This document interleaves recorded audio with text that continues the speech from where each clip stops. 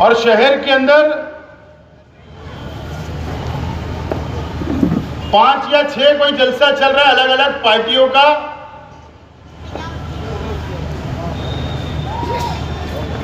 लेकिन खास बात यह है कि सब सुबह बच्चों की हिमायत में जलसा ले रहे हैं। और कल का दिन, कल उत्तर प्रदेश के वजीर आला योगी आदित्यनाथ भी मालेगांव शहर के अंदर जलसा लेंगे और वो भारतीय जनता पार्टी के उम्मीदवार के लिए लेंगे। कल प्रचार खत्म हो जाएगा।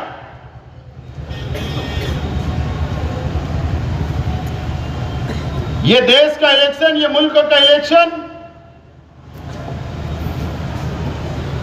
ये कोई कारपोरेशन की जैसा वर्कर लगाने का इलेक्शन नहीं है। ये असेंबली का इलेक्शन नहीं है कि गली गलियों के अंदर अदारे कल्बे नौजवान ग्रुप बनाकर इलेक्शन लड़ते हैं। ये वो इलेक्शन नहीं है। ये इलेक्शन इस मुल्क की मुस्तकबिल का,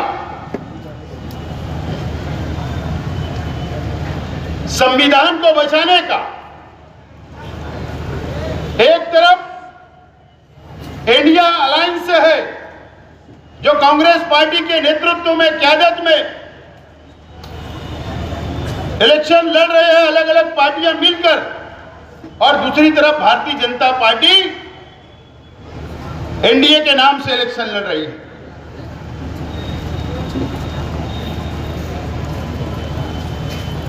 और वो हमारा संविधान, वो हमारा आईन, इस मुल्क का, जब ये मुल्क आजाद हुआ तो हमारे संविधान ने, हमारे आईन ने हर मजहब के लोगों को, चाहे वो कोई भी मजहब को मानने वाले हो, सबको मुकम्मल तौर पर आजादी दी। यहां तक कि 2014 तक चाहे अटल बिहारी वाजपेयी हो, भारतीय जनता पार्टी की सरकार रही, लेकिन ये 10 साल के अंदर जो संविधान को तब्दील करने का काम किया गया, माइनॉरिटी के साथ में जुल्म करने का काम किया गया, संविधान को खत्म करने का काम किया गया और मुसलमानों के ऊपर अत्याचार करने का काम ये 10 सालों के अंदर हुआ है। आमतौर पर आप लोगों को पता नहीं होता कि मुल्कों के अंदर क्या चल रहा है, कौन से मुद्दे के ऊपर, कौन सी बात के ऊपर इलेक्शन हो रहे हैं। आज भी हिंदू और मुसलमानों के बीच में इलेक्शन को लाकर खड़ा करने की कोशिश भारतीय जनता पार्टी की तरफ से की जा रही है। 1 महीना, 1.5 महीना पहले हमको लगा नहीं था, जब पार्लियामेंट का इलेक्शन डिक्लेयर हुआ तो हमको नहीं लगा कि ये मुल्क की आवाम, हिंदू, मुस्लिम, सिख, ईसाई, मैं सलाम करता हूं हमारे मुसलमानों को, इस मुल्क के, मैं सलाम करता हूं यहाँ इस देश के किसानों को सलाम करता हूं, दलित भाइयों को, आदिवासी हो, हिंदू हो, मुसलमान हो, मैं उनको सलाम करता हूं कि पूरे मुल्क के अंदर ऐसा वातावरण बन गया, ऐसा माहौल बन गया कि इंशाअल्लाह 4 तारीख की सूरज हमारे लिए नई किरण होगी, नई उम्मीद होगी और भारतीय जनता पार्टी का सवाल होगा। आज ये हालत के ऊपर ये शहर, ये देश का इलेक्शन चल रहा है।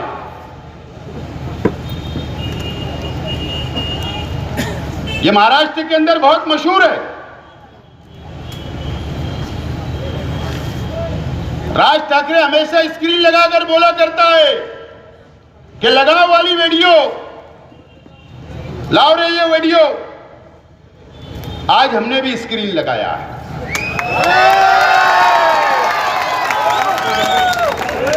लेकिन आज कोई मालेगांव शहर स्क्रीन लगती है दगड़ूवाल मिल के अंदर मैंने स्क्रीन लगाया तो हमारे शहर के कई मुकामी लीडरान के पसीने छूट गए थे। कई लोगों का बैलेंसिंग, दिमागी बैलेंस बिगड़ गया था। रात भर नींद नहीं आ रही थी कि मेरी वीडियो तो नहीं बता देंगे, लेकिन उस रोज मैंने नजरअंदाज किया और आज भी कर रहा हूं, क्योंकि मुझे पता है अंधेरे में कोई ना कोई खड़ा होगा कि हमारी तो नहीं बताता। लेकिन आज वो इलेक्शन नहीं है, मटेरियल तो बहुत है। पार्लियामेंट हो जाने दो, घोड़ा मैदान सामने है, मंच हमारे भी लगेंगे, मैदान में हम भी आएंगे और किसी कौन रंगीन मिजाज का है और कौन से मिजाज का है ये शेख आसिफ तुमको बताएगा। लेकिन आज वो नहीं है।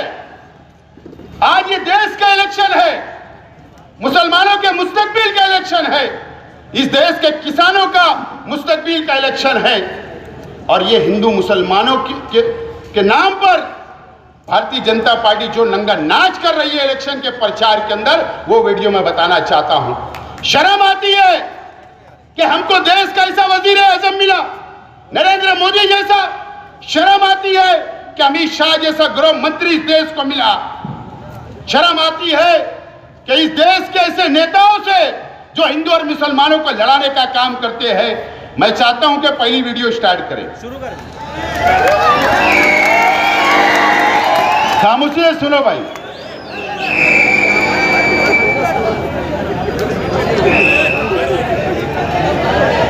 जरा खामोशी से सुनो।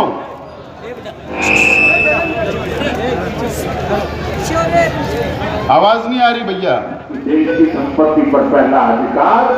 रिवर्ट कर। जीवन के सपनों से जुड़ा हुआ है, तुम उसे छीनने की बात कर रहे हो अपने मैनिफेस्टो में। गोल ले लेंगे, सबको वितरित कर देंगे। और पहले जब उनकी सरकार थी उन्होंने कहा था कि देश की संपत्ति पर पहला अधिकार मुसलमानों का है। इसका मतलब भाई अच्छा आदमी वहां देखो आता ना, तो साफ करना। फिर से लगा। और ये आधा घंटा टाइम में टेंशन मत ले तू।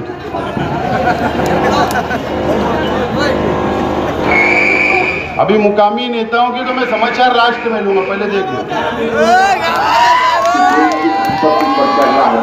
सुनो भैया, मुसलमानों का है। इसका मतलब ये संपत्ति इकट्ठी करके किसको बांटेंगे? जिनके ज्यादा बच्चे हैं उनको बांटेंगे। घुसपैठियों को बांटेंगे। क्या आपकी मेहनत की कमाई का पैसा घुसपैठियों को दिया जाएगा? आपको मंजूर है ये कांग्रेस का मैनिफेस्टो कह रहा है कि वो माताओं बहनों का सोने का हिसाब करेंगे, उसकी जड़ती करेंगे, जानकारी लेंगे और फिर उस संपत्ति को बांट देंगे और उनको बांटेंगे जिनको मनमोहन सिंह जी की सरकार ने कहा था कि संपत्ति पर पहला अधिकार मुसलमानों का है। भाइयों बहनों, ये अर्बन नक्सल की सोच, मेरी माताओं बहनों, ये आपका मंगल सूत्र भी बचने नहीं देंगे, यहां तक जाएंगे। मैं कहने आया। दोस्तों और साथियों, ये हमारे देश के वजीर आजम हैं। मुझे यकीन है कि यहां ये मजमे के अंदर बैठे हुए 90% लोगों को, 90% लोगों को आपको पता नहीं होगा कि इस मुल्क के अंदर इस तरीके का प्रचार चल रहा है, इस तरीके की तकरीर चल रही है।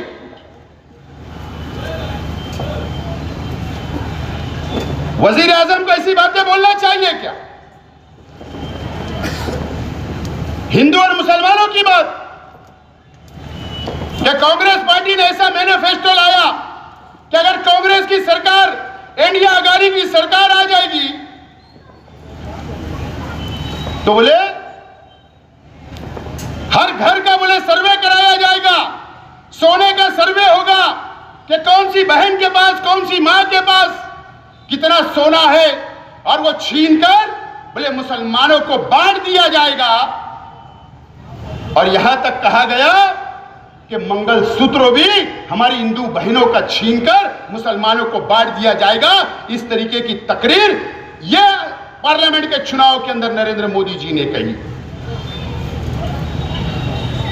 नरेंद्र मोदी जी और भारतीय जनता पार्टी और आरएसएस को, यह एनडीए सरकार को मैं बोलना चाहता हूं, अरे हम वो मुसलमान है, वह हमारा अपना मजहब है, वह हमारी शरीयत है कि मुसलमान जकात देता है, करोड़ों नहीं अरबों रुपया जकात। कई मां बहनों के घर बसाता है, कई के गले के अंदर मंगलसूत्र सजाता है। हम तो देने वाली कौम है, लेने वाली कौम नहीं है। तुमने ही कहा था कि मैं झोला लेकर आया हूं, तुम मांगने वाले हैं और हम देने वाले हैं। आपने अपनी पत्नी को तो नहीं संभाला, एक मंगलसूत्र नहीं संभाला, तुम क्या बात करोगे कि मुसलमान को क्या मंगलसूत्र की जरूरत है? यह राजकारण इस देश के अंदर चल रहा है और हम आज भी बेदार नहीं है। आज भी हम बेदार नहीं है कि ये इलेक्शन क्या है। इस मुल्क के अंदर इस तरीके का इलेक्शन, इस तरीके का प्रचार चल रहा है। बहुत सोच समझ के फैसले करना है। अगर हमसे जरा सी भी गलती हो गई तो याद रखना, संविधान जब खत्म हो जाएगा तो हो सकता है कि ये भाजपा आरएसएस हमारा वोट का अधिकार छीन ले। आप ऐसा समझ के जाइए पोलिंग बूथ के ऊपर कि हमारी ये आखिरी वोट है और आखिरी वोट इतनी ताकत से हम डालेंगे इस देश के अंदर कि नरेंद्र मोदी जी आप 4 तारीख के बाद वजीर आजम नहीं रहेंगे और झोला लेकर आप फिर वो गुफा के अंदर जहां आपने केदारनाथ जाने का बोला था, आपको 5 जून को केदारनाथ जाना पड़ेगा। दूसरी वीडियो लगा। हमारे देश की संसद ने अभी नागरिकता कानून से जुड़ा एक महत्वपूर्ण बदलाव किया, लेकिन ये कांग्रेस वाले और उसके साथी क्या कर रहे हैं? हो हल्ला मचा रहे हैं, तूफान खड़ा कर रहे हैं और उनकी बात चलती नहीं है तो आगजनी फैला रहे हैं। भाइयों बहनों, जो आग लगा रहे हैं, टीवी पे उनके जो दृश्य आ रहे हैं, ये आग लगाने वाले कौन है वो उनके कपड़ों से ही पता चल जाता है। इन दृश्यों को देख करके पक्का हो रहा है कि मोदी ने, देश की पार्लियामेंट ने, भारत की सरकार ने नागरिकता का कानून बना करके देश को भी बचा लिया है। दोस्तों, जो पार्लियामेंट के अंदर जो हम जगह जगह के ऊपर तकरीरें करते हैं, अखबारात के अंदर आता है कि एनआरसी लग गया, काला कानून हमारे खिलाफ, CAA लग गया। ये नरेंद्र मोदी जी वो तकरीर के अंदर बोल रहे हैं। शर्म आती हमको कि एक देश का, हमारे देश का पंतप्रधान, कोई एक पार्टी, एक धर्म का नहीं होता जब वो कुर्सी के ऊपर बैठता है, लेकिन जब एनआरसी का कानून लगा, CAA का कानून लगा, तो हिंदू, मुस्लिम, सिख, ईसाई और दलित भाई सब रास्ते के ऊपर जुलूस निकाले, एहतजाज किया। तो वो कह रहे हैं कि उनके होलिये के ऊपर पहचान लो, समझ में आता है कि कौन आग लगा रहा है, कौन फसाद कर रहा है, इस तरीके की बात कर रहे हैं। किसके तरफ इशारा है? एनआरसी किसके लिए लगी? CAA किसके लिए लगा? ट्रिपल तलाक का कानून किसके लिए लाया गया? एहतजाज किसने किया? साफ तौर पर बोलने का मकसद है कि मुसलमानों के होलिये देख लो, जो दाढ़ी और टोपी और कुर्ते और पैजामे में रहते हैं वो मुसलमान हैं, जिन्होंने आग लगाई, जो फसाद कर रहे हैं, जो रास्ते पे आ रहे हैं। शर्म आती है। जिनके ज्यादा बच्चे हैं, मोदी जी आपका तो एक भी नहीं है। आपने एक औरत नहीं संभाल पाई तो आपको बच्चों से कभी प्यार हो ही नहीं सकता, क्योंकि आपने बच्चे ही पैदा नहीं किए। तो ये इलेक्शन चल रहा है इस मुल्क के अंदर, इस तरीके का इलेक्शन चल रहा है। 20 तारीख आपके सामने है। मैं आपसे अपील नहीं करूंगा, ये देख लो, अगर आप इनकी तकरीर को पसंद करते हैं तो वोट देने मत जाओ, और अगर ये तकरीर आप नहीं पसंद करते हैं तो वोट देने आपकी जिम्मेदारी है, ये मेरी भी है और आपकी भी है और हर हिंदू मुस्लिम सिख ईसाई की है, क्योंकि ये देश जो संविधान है ये हमारा हिंदू और मुसलमानों का मिलकर बना हुआ है और सेकुलर संविधान है। तीसरी लगा,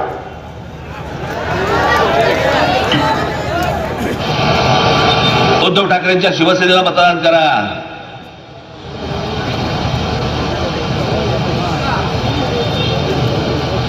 जर हे मशिदींमधनं हे मौलवी जर समजा यांना फतवे काढत असतील की यांना मतदान करा म्हणून, मग आज राज ठाकरे तुम्हाला आज फतवा काढतो। माझ्या तमाम हिंदू बांधवांनो, भगिनींनो आणि मातांनो,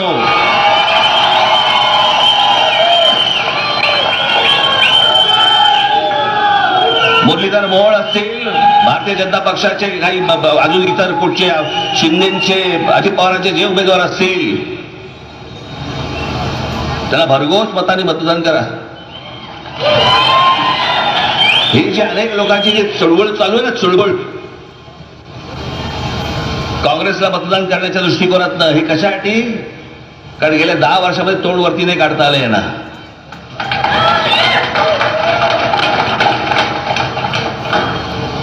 तुम्हाला मी एक गोष्ट सांगतो, नरेंद्र मोदी, भारतीय जनता पक्षाचं केंद्रातलं सरकार, माझ्या काही गोष्टींबद्दलचे मतभेद आहेत ते राहणार, पण ज्या काही चांगल्या गोष्टी आहेत त्याचं अभिनंदन देखील करणार।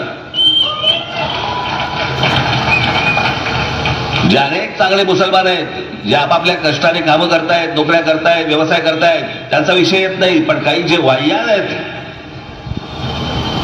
ज्यांना इथे सगळा धुमाकूळ घालायचा, धार्मिक धुमाकूळ, ज्यांना गेले 10 वर्षामध्ये डोकं वरती नाही काढता आलंय, ते या सगळ्या काँग्रेसच्या माध्यमातून डोकं वर काढण्याचा प्रयत्न करतायत आणि म्हणून हे सगळे फतवे निघतायत। उद्या जर परत यांच्या हातामध्ये जर काही गोष्टी गेल्या चुकून, पुण्या रस्त्यावरती फिरणं परत हे कठीण करून ठेवतील। मला अजूनही आठवते तो सगळा 80-90चा सगळा काळ, काय काय चालू होतं, यांचे उन्माद सुरू होते, उन्माद। बड़ी ये राज ठाकरे, ये 4 दिन पहले पूना के अंदर भारतीय जनता पार्टी के उम्मीदवार के लिए वोट मांगने के लिए जलसा हुआ था। कई लोगों को मराठी समझी होगी, कई लोगों को मराठी नहीं समझी।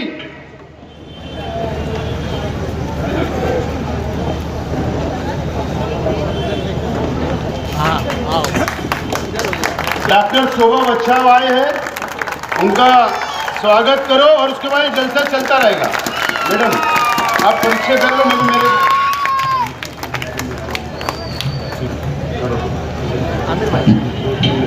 सन्मान्य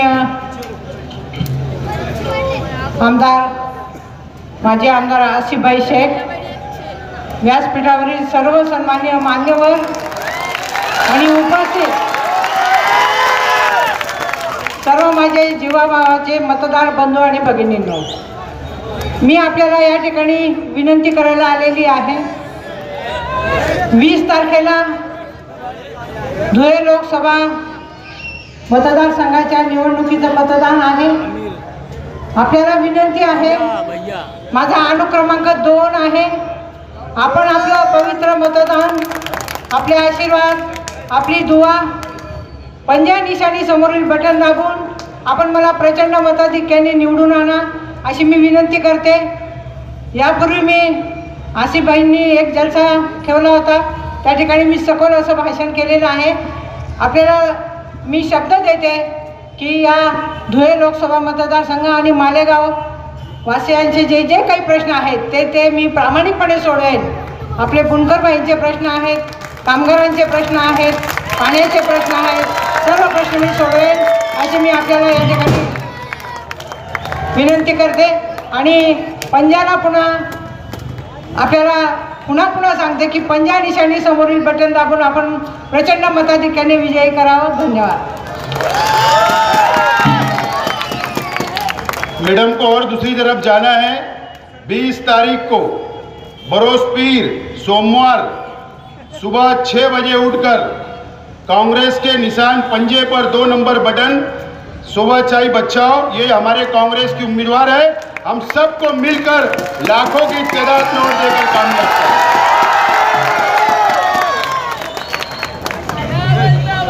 दोस्तों और साथियों, ये अभी जो आपने वीडियो देखी,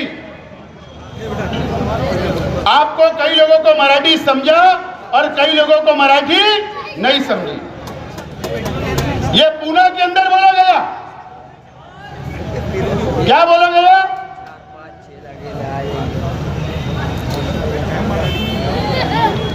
कि ये पार्लियामेंट के इलेक्शन के अंदर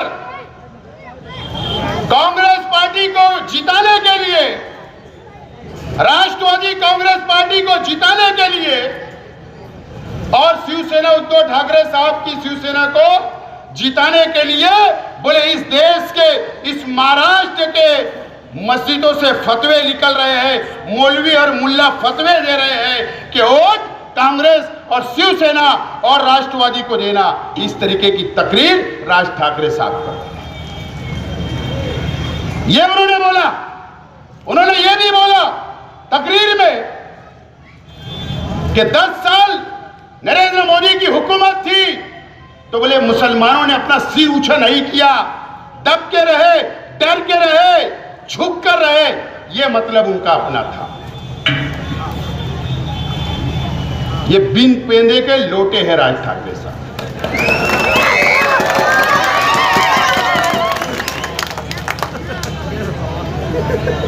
पिछले इलेक्शन के अंदर ये नरेंद्र मोदी को गालियां दे रहे थे और ये बोल रहे थे कि महाराष्ट्र के अंदर नरेंद्र मोदी, अमित शाह को मैं कदम रखने नहीं दूंगा, और आज उनके तलवे चाटने का काम कर रहे हैं.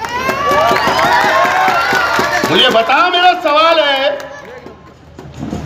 फतवा जब निकलता है, अगर मुफ्ती इकराम हमारे देश के, हमारे दुनिया के कोई भी मुफ्ती, कोई भी आलिम अगर फतवा देता है, एक फतवा बता दो कि कभी वोट देने का फतवा निकला क्या? एक फतवा बता देना. इस देश के अंदर एक मुफ्ती ने अगर कोई फतवा निकाला है तो शेख आसिफ राजकारण छोड़ देगा. राजकारण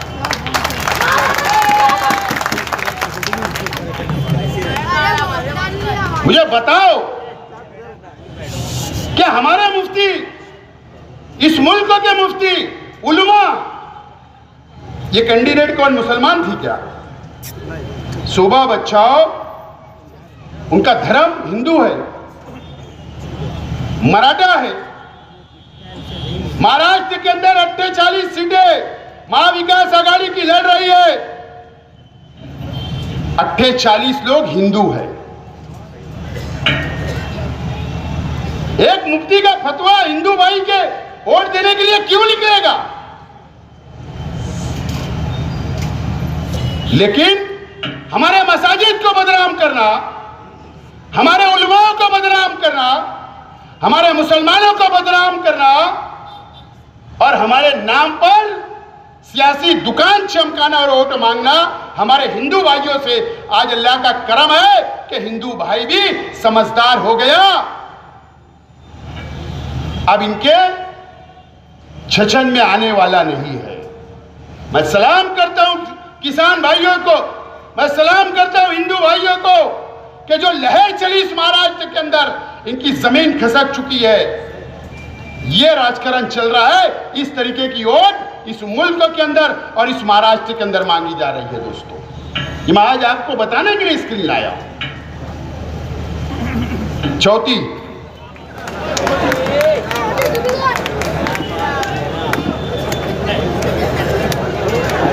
मात्रा में गौ हत्या के मामले आते थे। मैं आपको विश्वास दिलाकर जाता हूं, मोदी जी को तीसरी बार प्रधानमंत्री बना दो, गौ हत्या करने वालों को उल्टा लटका कर सीधा करने का काम।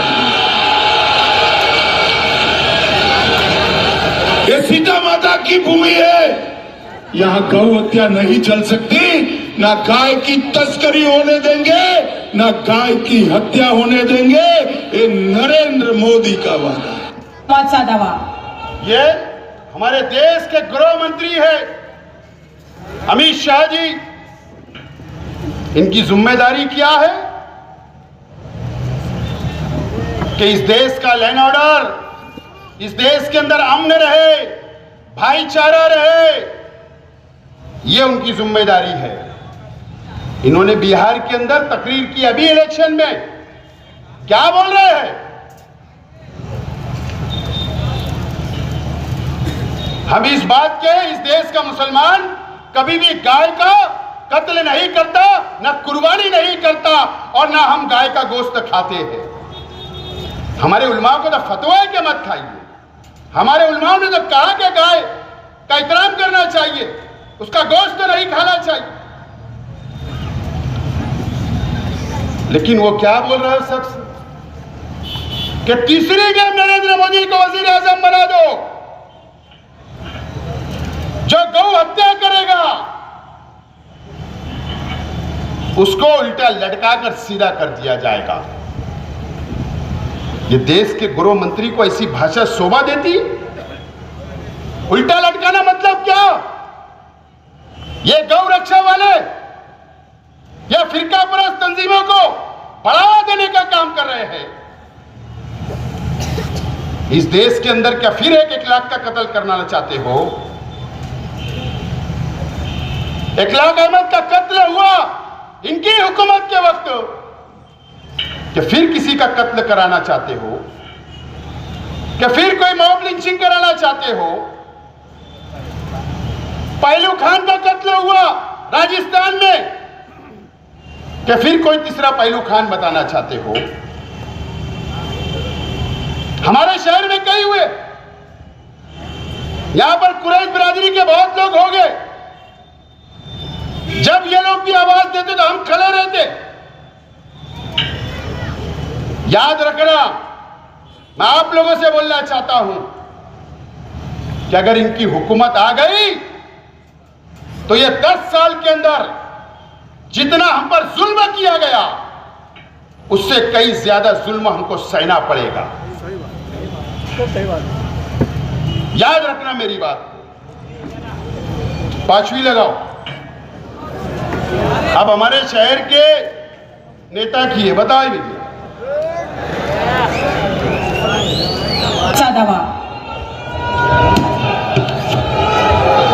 बोला छत्रपती शिवाजी महाराज की।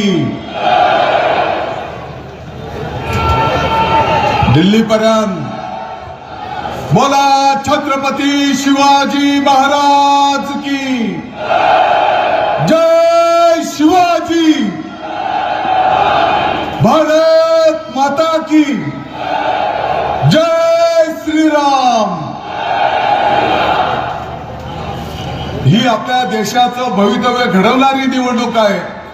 आपण जर बघितलं असेल आतापर्यंत ज्या ज्या ठिकाणी मतदान संपन्न झालं त्या त्या ठिकाणी विशिष्ट लोक मोठ्या संख्येने मतदानाला बाहेर पडतायत आणि या गोष्टीची खबरदारी तुम्हाला सगळ्यांना घ्यावी लागणार आहे. तुम्हाला सुद्धा मोठ्या संख्येने मतदानाला त्या ठिकाणी उतरावं लागणार आहे आणि मोदी साहेबांचे हात आपल्याला बळकट करायचे. ये कौन है, पहचानते हैं क्या? कौन है?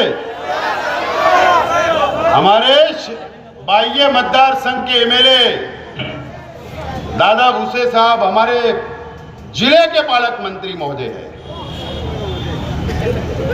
हमारी कोई जाति दुश्मनी नहीं है, ना दादा भूसे से, ना नरेंद्र मोदी जी से, ना अमित शाह जी से, ना किसी से.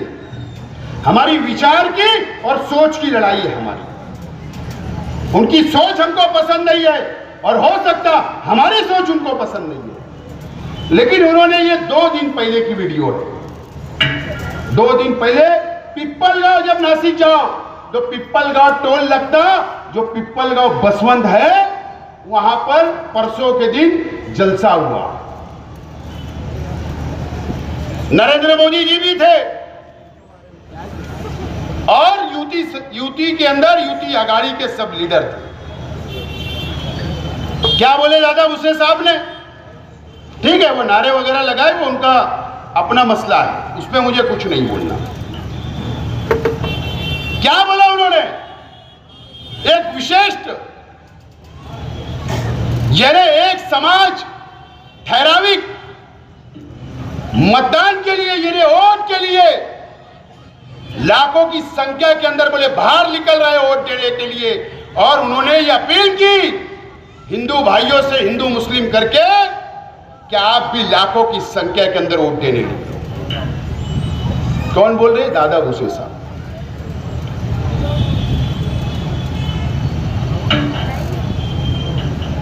दादा भूसे साहब,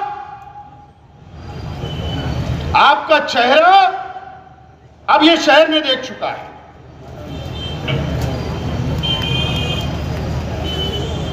आप गयाना और रमजानपुरे में जाते बहुत हमदर्दी बताते हैं. आप मालदे में जाते तो बहुत हमदर्दी बताते हैं. और हमारे शहर का तो निराला सब हिसाब किताब है. ये ऐसी तकरीरें चल रही है, ये प्रचार की, हमारे जिले की, हमारे महाराष्ट्र में, हमारे देश में, जिससे हम इस देश से प्यार करते, उसके अंदर ऐसा इलेक्शन चल रहा है. ये बताना था मुझको आज आपको. अब फैसला आपको करना है. 20 तारीख को आपको निकलना है, लिख लो. नहीं निकलना है मत निकलो. आपके बच्चों का अगर मुस्तकबिल चाहते तो लिख लो, और मुस्तकबिल नहीं चाहते हैं तो घरों पे बैठो. दादा भूसे साहब, माफी के साथ आज मैं किसी पे तनकीद नहीं करना चाहता. अगर मेरे से कुछ बोला जाएगा तो मैं माफी चाहता हूं. पार्लियामेंट के इलेक्शन से पहले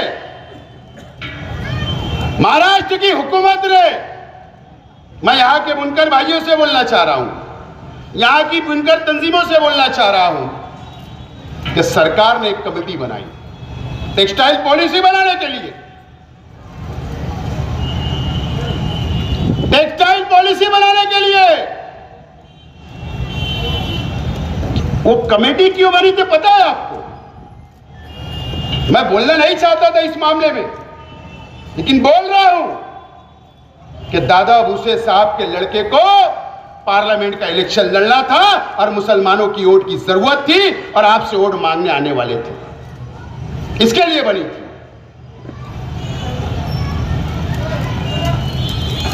लोटस हाउस के अंदर शहर के एमएलए के साथ कई तंजीमें आओ भगत कर रही थी, आओ भगत कर रही थी. बंबई में मीटिंग, हाफिज में मीटिंग, दादा भूसे साहब के संपर्क कार्यालय के अंदर हमारे बुनकर भाई तंजीमें जाकर बैठते थे, दादा भाऊ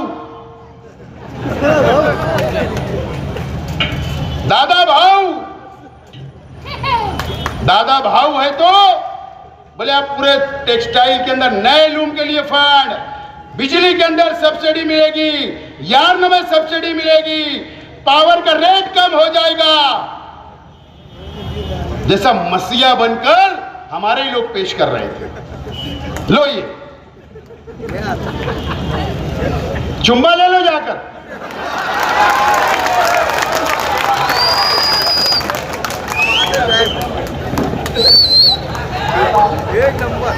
बुनकर भाइयों से मैं बोलना चाहता हूं, मैं पहले माफी मांग ले रहा भैया, और माफी मांगने में कोई छोटा उटा होता नहीं, शेख रशीद साहब ने सिखा दिया।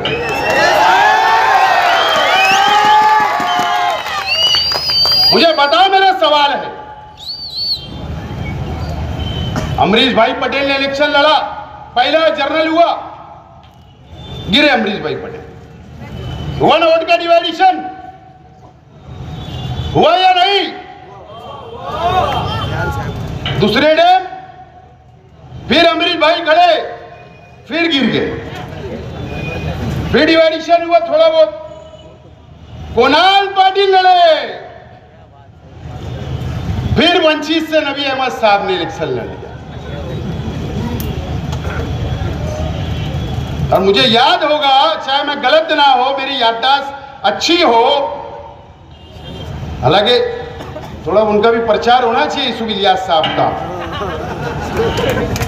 उन्होंने भी उनके ही साथ थे। जब जब शहर को यह मौका मिला, जब जब ये शहर ने गलती किया, सरकार किसी और की बनती और चुनकर किसी को और को देती। सरकार किसी और की बनती, चुनकर किसी और को देती। 9 में कांग्रेस की सरकार आई, मुफ्ती साहब को चुन के दे दिए। क्या फायदा हुआ मुझे बता दीजिए आप। मैं ठीक है, इलेक्शन हो गया गया, हार जीत लगी रहती है, ये मानने वाले बहुत बड़ा कलेजा है, कोई बात नहीं।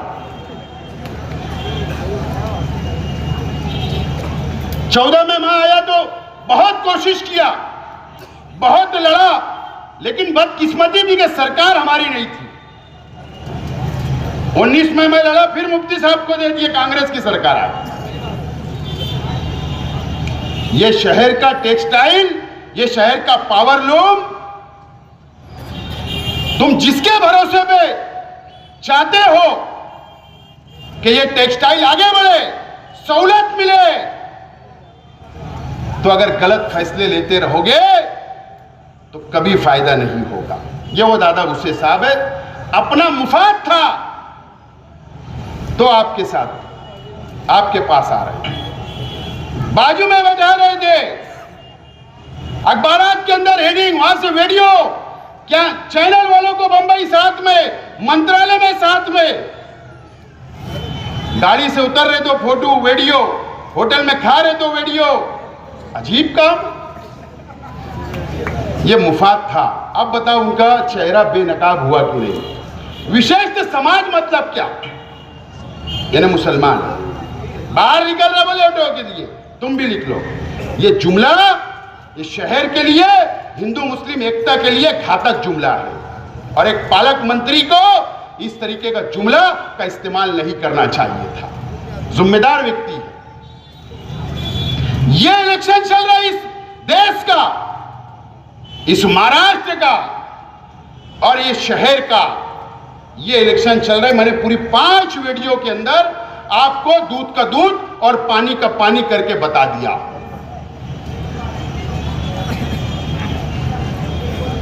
और इसके लिए जिगर लगता है इसी वीडियो बताने के लिए, मर्दानगी लगती। ऐसी वीडियो कांग्रेस के बड़े लीडरान भी नहीं बताते, न बड़ी बड़ी पार्टियों के नहीं बताते। मुझे मालूम है इसका परिणाम मुझे भुगतना है, लेकिन अगर ये सरकार, बीजेपी के लोग अगर जेल के अंदर भी डाल देंगे, लेकिन अगर मेरी कौम ये बेदार हो जाएगी तो मैं समझूंगा वसूल हो गया, चाहे मुझे 1 महीना 2 महीना जेल में। ये मेरी जिम्मेदारी है और अल्लाह गवाह है कि मैं आज जो आपको बता रहा हूं, पूरे देश के अंदर कोई मुसलमान, एक वर्कर ने, एक जिम्मेदार ने इस देश के मुसलमानों को नहीं बताया होगा कि ऐसा प्रचार चल रहा है। मैं जिम्मेदारी से बोल रहा हूं। आपको फैसला करना है 20 तारीख को।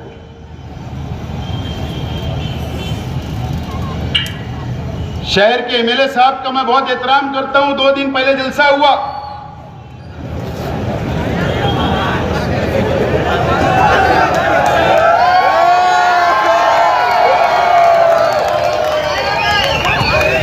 फतेह मैदान में मलारी तो किला फतेह कर लेंगे फतेह मैदान से। मुझे लगा कि फतेह मैदान के अंदर ऐसी तोप धड़केगी कि बीजेपी चारों खाने चित हो जाएगी। जब मैंने उनकी तकरीर सुना, पहले तो मेरा उनसे सवाल है, अब क्या सोच रहे थे? 3 तारीख तक फॉर्म नॉमिनेशन करने की आखिरी तारीख थी। आखिरी बात समझ लो।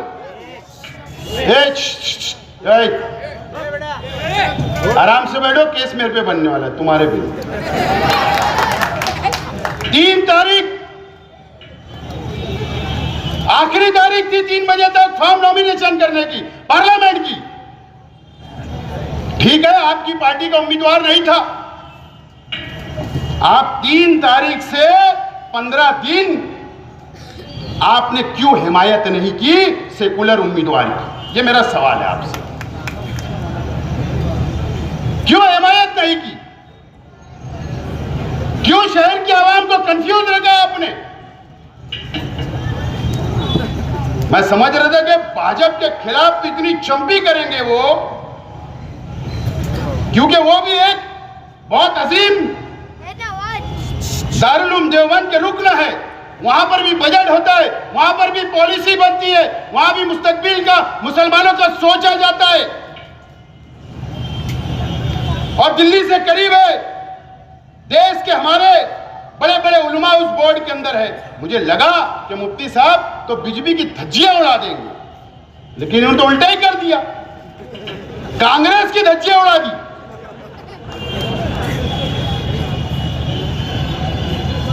लेकिन मैं भी एक बात बोलना चाहता हूं आज कि कांग्रेस पार्टी को भी ये 10 साल के अंदर ये बात तो समझ गई और नरेंद्र मोदी को भी ये बात समझ गई। कांग्रेस को अब समझ रहा है कि मुसलमान जब इत्तेहाद के साथ किसी के पीछे खड़े रहता है तो तानाशाह को भी झुकना पड़ता है। ये मुसलमानों ने बता दिया और कांग्रेस को भी यह समझ में आ गया 10 साल के अंदर कि जितनी बेवफाई हमारे साथ की गई, तो आज अब तुम्हारे साथ खड़े हैं तो आज तुम ताकत में दिख रहे हैं। दोनों को हमारा एहसास हो गया। मैं सलाम करता हूं मुल्क के मुसलमानों को, सलाम करता हूं। लेकिन मुफ्ती साहब ने तो जो चंपी की कांग्रेस ठीक है, उनकी गलतियां हुई होगी, लेकिन आज वक्त नहीं था। आप सीधा बोलते कि शोभा बचाओ और पंजा निशान को वोट दो, जैसा मैं मर्द के मर्दानगी वाली बात कर रहा हूं, वोट मांग रहा हूं ना। मुझे मालूम है असेंबली में कल क्या होगा, होने दो। लेकिन आज मेरे कौम का सवाल है, आज मेरे देश के मुस्तकबिल का सवाल है, आज ये संविधान का सवाल है, उसके लिए कुर्बानी का जज्बा होना चाहिए। आपने अभी तक पंजे की वोट नहीं मांगी, अरे बेदार कर दो। इलेक्शन हम लड़ते रहेंगे। और मुझे तो बहुत बोलना है। ये जो 15 दिन का वक्त गया, आगरा रोड का एक उनकी पार्टी का आदमी मेरी मालूमात के हिसाब से उनके पास गया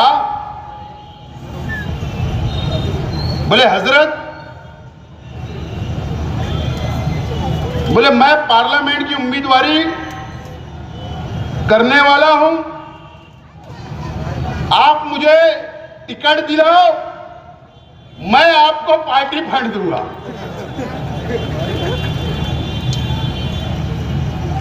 बात में 99% सच्चाई है। जो मेरे पास मालूमात आई, हजरत भी परेशान हो गए। मैं 10 टाइम स्कूल 1 टिकट या 2 टिकट कारपोरेटर का दूं, ये पार्लियामेंट की बात कैसे कर रहा है? हजरत बोले ठीक है, मशवरा करेंगे, ऊपर बात करेंगे।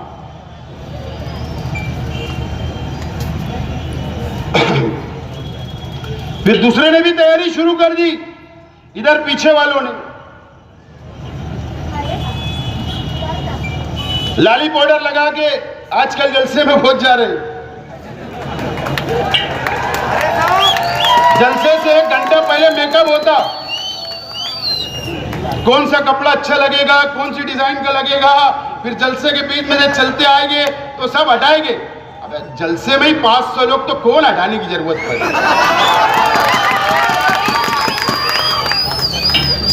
बहुत झगड़े चल रहे थे इनके, हजरत के और उनके बहुत।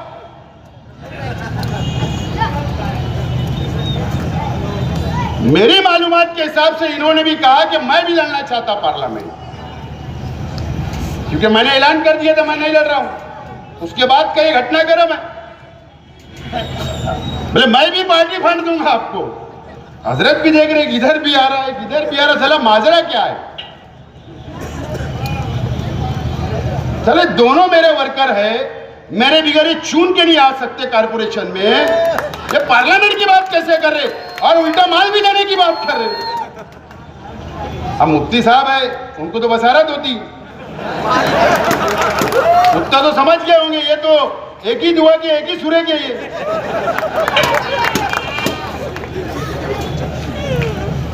तो ये खुद रेस में लग गए मेरी माल। बोले माल तो कहीं से तो आ रहा है, ये इनका तो खर्चा नहीं करेंगे, इतना बड़ा इलेक्शन है, इनका खर्चा नहीं करेंगे। तो ये खुद रेस में लग गए। अब इन्होंने भी 100 किलो का थैले भर के माल मांग लिया। सामने वाले बोले नहीं, इतना माल नहीं दे सकते हम, उसका आधा थैला करो 50 किलो वाला, तो मामला जमेगा। बोले अब ये देखेंगे, अगर मैंने नहीं बोल दिया तो ये दोनों में से कोई उनके हत्थे चढ़ गया अगर, तो मेरी मुसीबत हो जाएगी। इन्होंने भी ऊपर फोन करके बोले नहीं, सेकुलर उम्मीदवार अगर हार जाएगा तो हम पे डांग लग जाएगा। इन्होंने क्या करे, खुद का तो नुकसान हो रहा, उनको मालूम है चल जाएगा, वो कभी भी वो नुकसान का सौदा नहीं करते। इन्होंने इनके दोनों की खाने के अंदर मट्टी डाल दी। उसके बाद तो वो मीटिंग में मुफ्ती साहब की धुलाई, वो तकरीरों में धुलाई, वो प्रेस में धुलाई कि पूछो मत। असल में मसला ये है।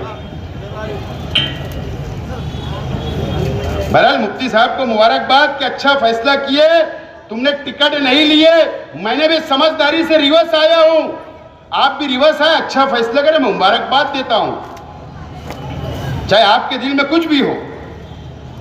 लेकिन मट्टी तुमने जरूर डाली, तुम भी राजकरणी हो गए मुफ्ती साहब, सियासी हो गए, तुम्हारी भी मोटी चमड़ी हो गई।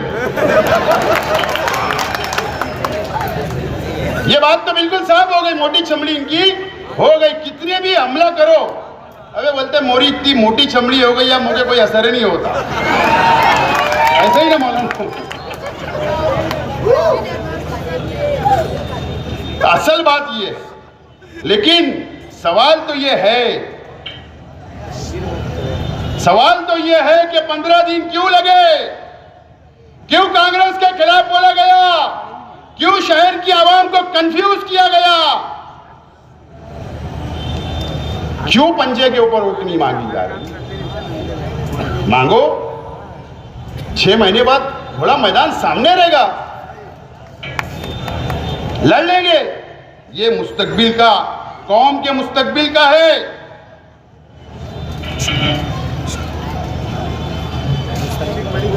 मुझे उम्मीद है कि मुफ्ती साहब आज के जलसे में वोट मांगे होंगे, आज के जलसे में वोट उन्होंने मांगा होगा, मुझे उम्मीद है। लेकिन मुफ्ती साहब और जो लोग इंडिया अलायंस में है, माफी के साथ उनसे भी बोलना चाहता हूं, भवन के बाजू वाली ऑफिस वालों का कुछ तो नजर आ रहा है, लेकिन शहर के अंदर कहीं भी स्टॉल बूथ वर्कर काम करते नजर नहीं आ रहे, सिवाय हमारी पार्टी के 50 बूथ लगे हैं हमारे शहर में, लोगों को वोटर स्लिप आवाम को दिया जा रहा है।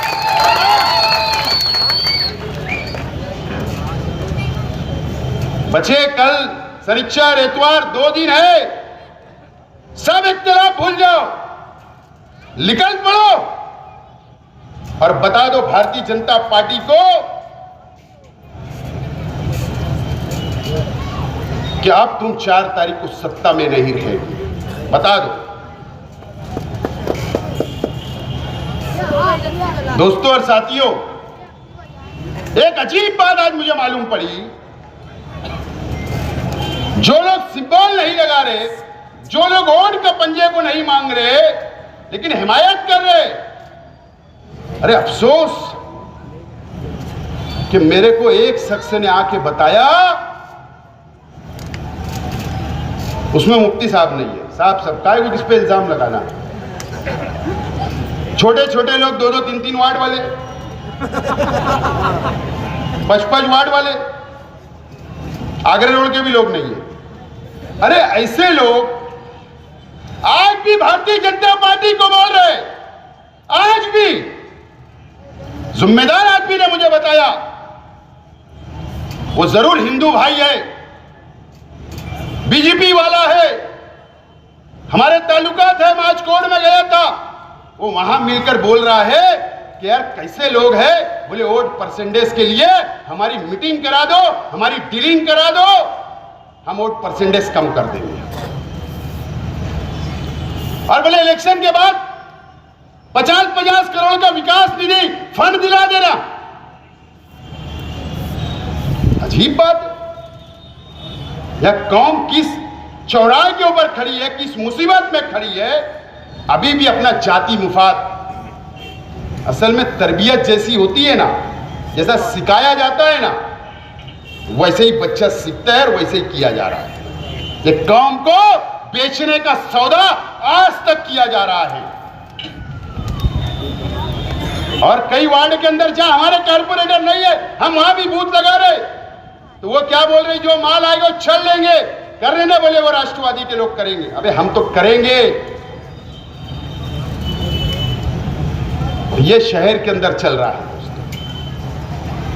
इसलिए आज ये केस बनेगा चलेगा, कल जेल जाऊंगा चलेगा, लेकिन आज मुझे साफ साफ बात ये शहर की आवाम से करनी है।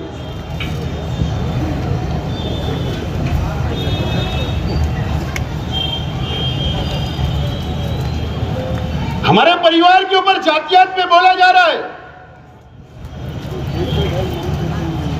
लेकिन मुझे कई वर्करों ने बोले साहब जवाब मत दो। कैसे लोगों का जवाब देना यार, हमने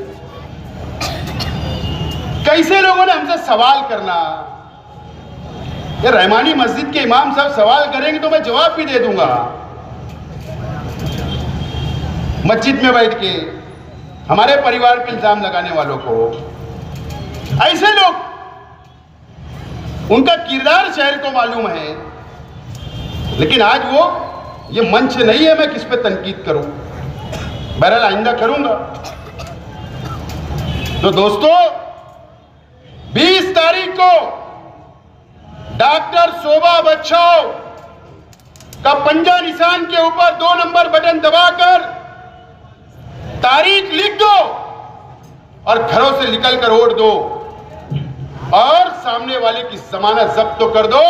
मैं आज आपसे उम्मीद के साथ बोलता हूं कि हिंदू, दलित, सिख, ईसाई, किसान, वो जो भाईचारा आज बने थे, कल सटाने में जाकर देखा, मैंने पूछा वहां भी पोजीशन अच्छी है। धुलिया के हिंदू भाई, सिंधखेड़ा के हो, मालेगांव तालुके के हो, सब तरफ से वोट मिल रही है। अब देखो कल एक बाबा आ रहे शहर में, अब वो कल क्या जहर उगलते, उनका काम ही जहर उगलना है। बहरहाल कल के वो कोई कुछ बोला जाएगा शहर के लिए, लोगों के ऊपर, हमारे कौम के ऊपर, तो उसका जवाब देंगे। बहरहाल आप लोग 20 तारीख को लिख लोगे ना, किसी की परवाह नहीं करते हुए, रिक्शा का इंतजार नहीं करते हुए आपको निकलना है और वोट देना है। और इंशाल्लाह 4 तारीख का सूरज हमारे मुस्तकबिल के लिए होगा। बहुत बहुत शुक्रिया, खुदा हाफिज। और हमारे स्टॉलों के ऊपर स्लिप लेकर हासिल कर लो। शुक्रिया, खुदा हाफिज।